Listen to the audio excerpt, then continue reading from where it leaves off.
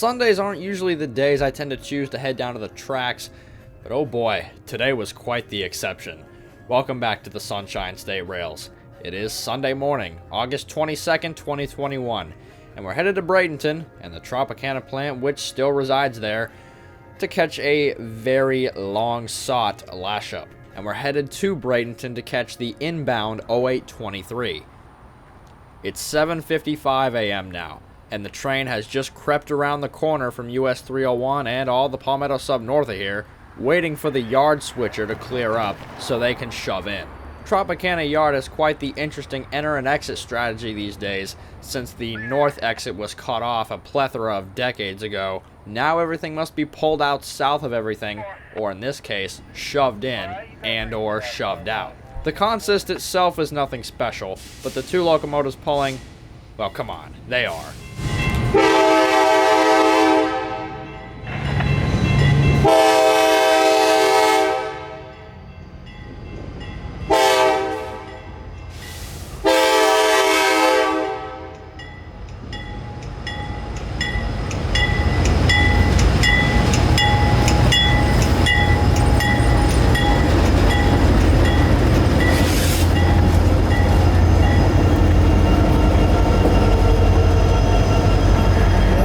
Locomotive setup as of the inbound 0823 is Locomotive 7764 and 4758, a classic early 2000s lash-up. The 7764 is an original build in original paint, a CW40-8 in yellow nose 2.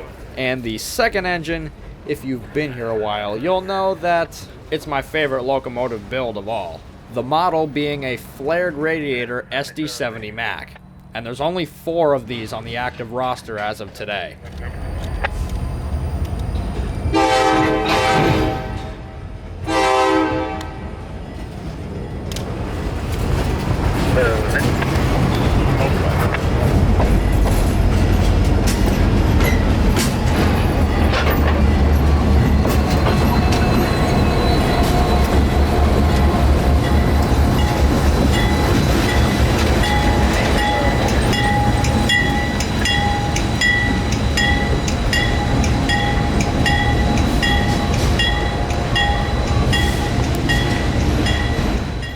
One of those 4 active flared Macs managed to get paired with one of the other oldest locomotives on CSX's system, an old rusty -8, and they shoved them on 0823 this morning, so how could I not come out for this one? This spot should be pretty familiar. This is the 26th Avenue crossing, just below the US 41 overpass. This is where you can pretty much see all of the Tropicana Yard rail operations, and this is where the loaded consist will be pulled across for the engines to back onto today. But a couple hours would go by before that would happen. Oh, yeah, fun fact. See these cars? I hate these cars. These are reefer cars that are on lease to Tropicana because supposedly Tropicana is at a shortage of their own rolling stock. And Bradenton is the only side to get these because the Fort Pierce Tropicana plant, for some reason, can't fit these cars in it, so they all come to Bradenton. They're a lot bulkier as compared to Tropicana's line, and they don't complement the company of Tropicana whatsoever. Another reason why I really don't like these is that they're almost more common than Tropicana's own stock at their own plant. Sometimes you could get a juice train consist these days with nothing but these cars, and you'd never know that Tropicana was the name behind it all. And the days aren't making it look any more promising, as with today's inbound, 2 Tropicanas and 4 Cryos. It's pretty common for them to outnumber their own stock with leased stuff. But, as I did also hear, chances are these cars won't be getting off of this service anytime soon, so I had to find something to like about them. And I think my grandmother, found it. If there's something to look forward to with one of these cars rolling by on a train, it's that they each have their own names. Centered at the top of the unloading doors are many different names, and each car has its own. State names, town names. Not sure what they represent or why they're there, and most people may not even care. But at least it's something unique to look out for.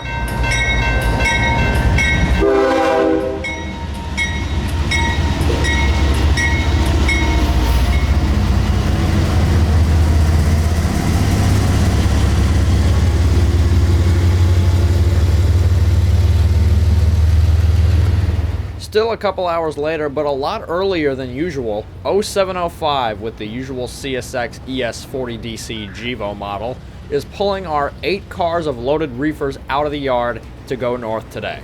And visually we'd be blessed today, as there'd only be one of those leased reefers in the consist, which is that one that just passed. They pull the entire consist out past this first switch, and then have the 0823 crew back the engines onto the train here, rather than up at US 301, which they used to do for years. Presumably this keeps traffic from getting stuck on the much busier US 301.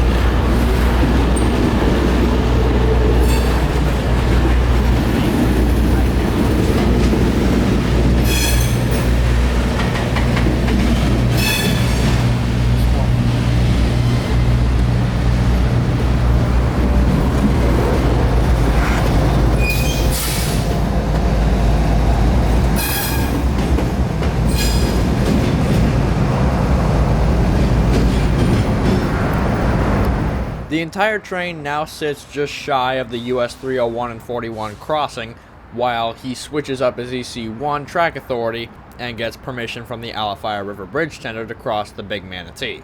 But now this very busy crossing only has to be blocked when they actually leave. Post AVA 916.8, you should have both directions. 0931, REH, over. DC190, 90597.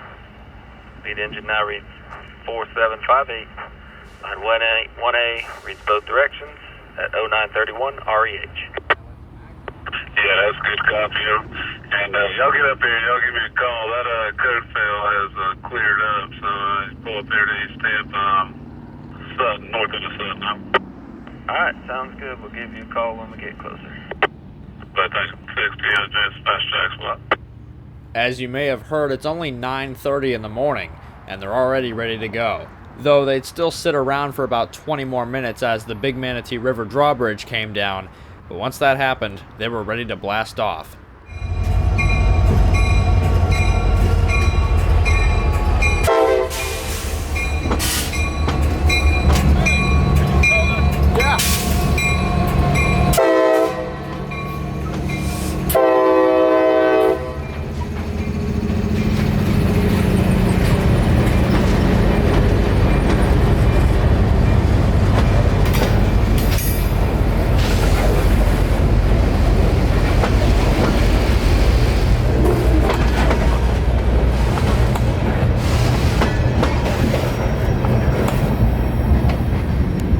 Alright, and off we go to chase my dream lash up on this train. And apparently the engineer knows who I am.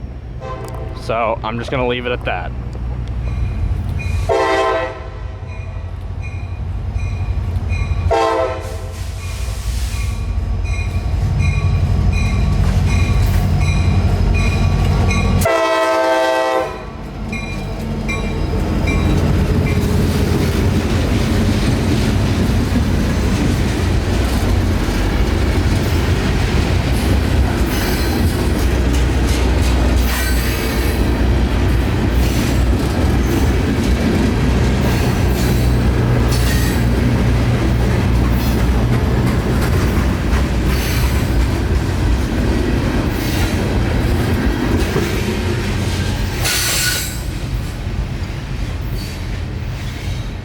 Traffic lights and a short and fast train would make it so we wouldn't catch up again until Port Manatee, and just barely at that.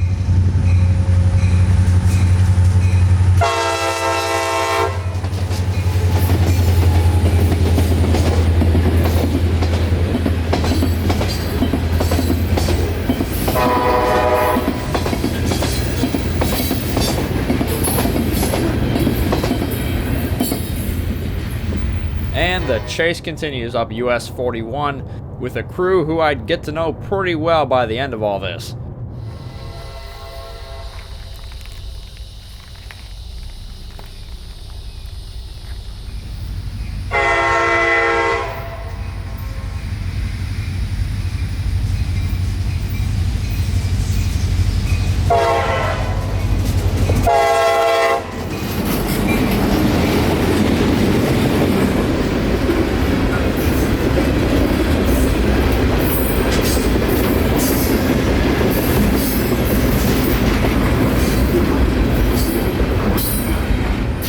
Rolling down to the Little Manatee River now, where we would make our next stop, and even looking at the approach signals to the river, it almost goes to show already that this subdivision with modernization is almost already losing its finesse, if you will. Once a manually controlled, mostly open and photogenic swing bridge, the bridge is now remote controlled from the operator at the Alafaya River and has had its photogenicity almost completely obstructed by fences, guardrails, poles, many of which have security cameras on them, and a big apparatus right in the middle of the water veering off to the left.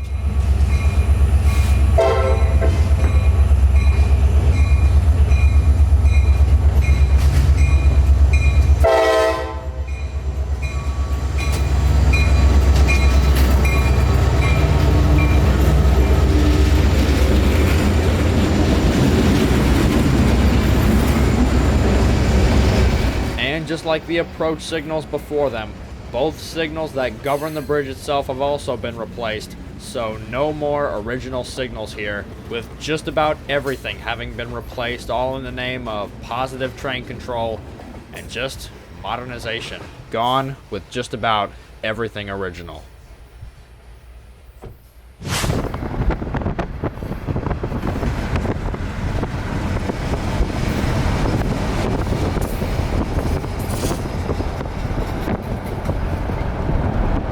Leapfrogging next up, back in the wilderness of Gibsonton, just shy of what is now downtown.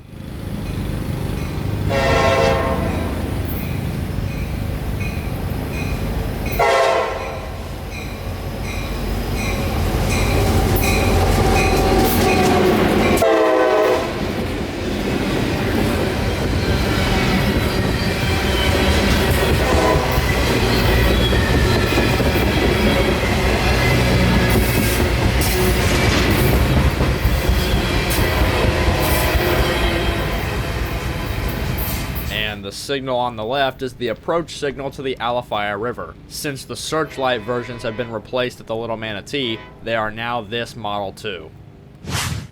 Though there are still some relics burning on the Tampa stretch, such as here at north end of Sutton siding, which is that switch in the foreground. It's also the north leg of the Rockport Y, to give you an idea of where we are.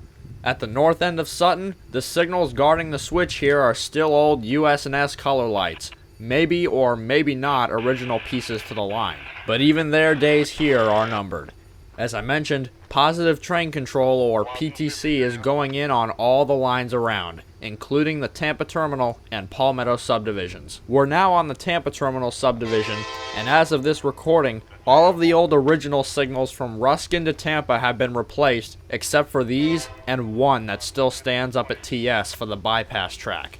823 would be stopping here to have the conductor get out and line a switch back and forth. All of these new signals going in around the area are messing with the circuitry, so every now and then trains are going to have to stop and test out these switches, this being one of them. It only took about 5 minutes to do, and it was a nice opportunity to talk to the conductor once again for the third consecutive time on their trip today. And though it was only 4 miles an hour, they took back off, an original lash-up passing original signals.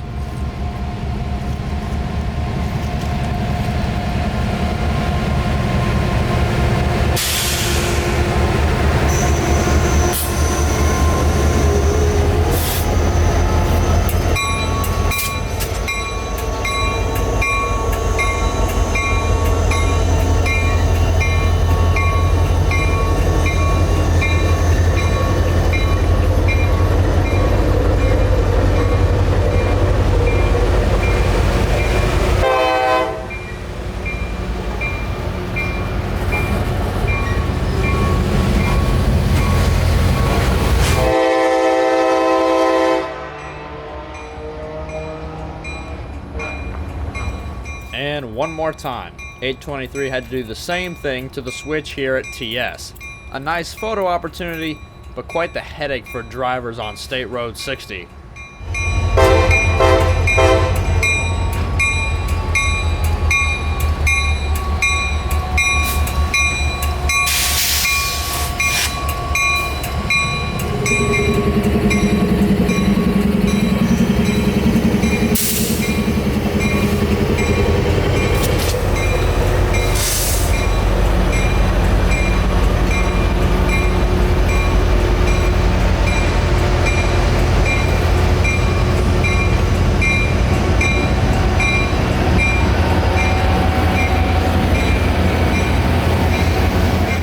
Verging off the main here at TS, they're headed back into the trees, which leads up here to CSX's massive Yeoman freight yard right here in Tampa, Florida. Yeoman, just like any other rail yard, is basically a holding point for all of this area's rail cars, which are either coming from or will head to customers stationed in a plethora of zip codes that surround Tampa. And 0823 has just pulled into Yeoman to set its cars from Bradenton on one of the yard's tracks, to be assembled with many other freight cars in here that are destined for up north, on the job labeled Q442 that takes them to Waycross every evening.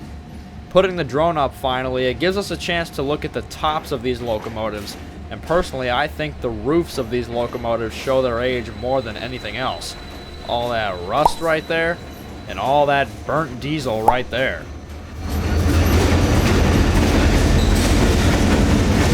The locomotives then detach from the train to head up north of 78th Street to switch tracks, and behind them comes the work to still be done. 8214 almost always has an operator on duty with the control box to assemble cars in the correct order for Q442 tonight or locals later.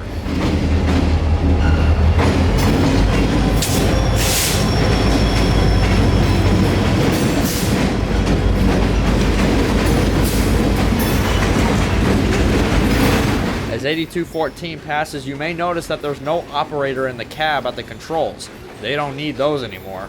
This whole yard switching job is all done with one man on the ground with a control box. This locomotive has RC capabilities, as indicated by the orange strobe lights on either side of the cab. Switching the yard now is almost like running one of your model trains. All you do is turn a few knobs on a control box and your train moves. Except now, you're rolling 500,000 pounds with each notch.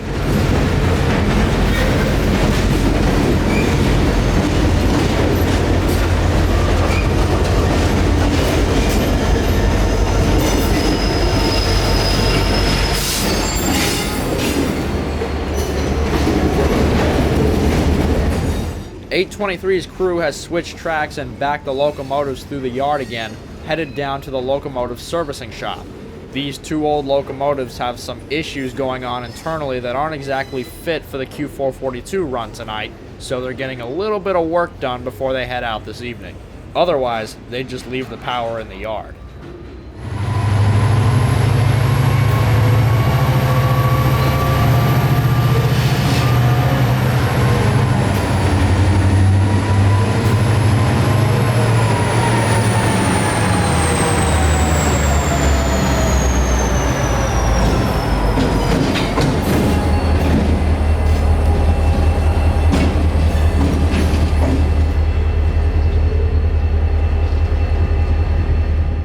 With that, I say we bring this little Sunday outing to an end. We finished our juice chase and got a little bit of EMD SD40 action at Yeoman, and with the sun blaring down from the sky and only a bridge above me protecting me from its UV rays, and with 442 having no chance of leaving until tonight, that was all for me.